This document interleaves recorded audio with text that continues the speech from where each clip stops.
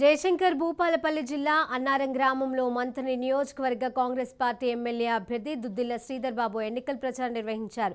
మంథనిలో తాను రౌడీయిజం, గూండాయిజం చేయడానికి రాలేదని కార్నర్ మీటింగ్లో శ్రీధర్ బాబు అన్నారు. వచ్చే ఎన్నికల్లో కాంగ్రెస్ పార్టీకి ఓటు వేసి అత్యధిక మెజార్టీతో గెలిపించాలని ఆయన కోరారు.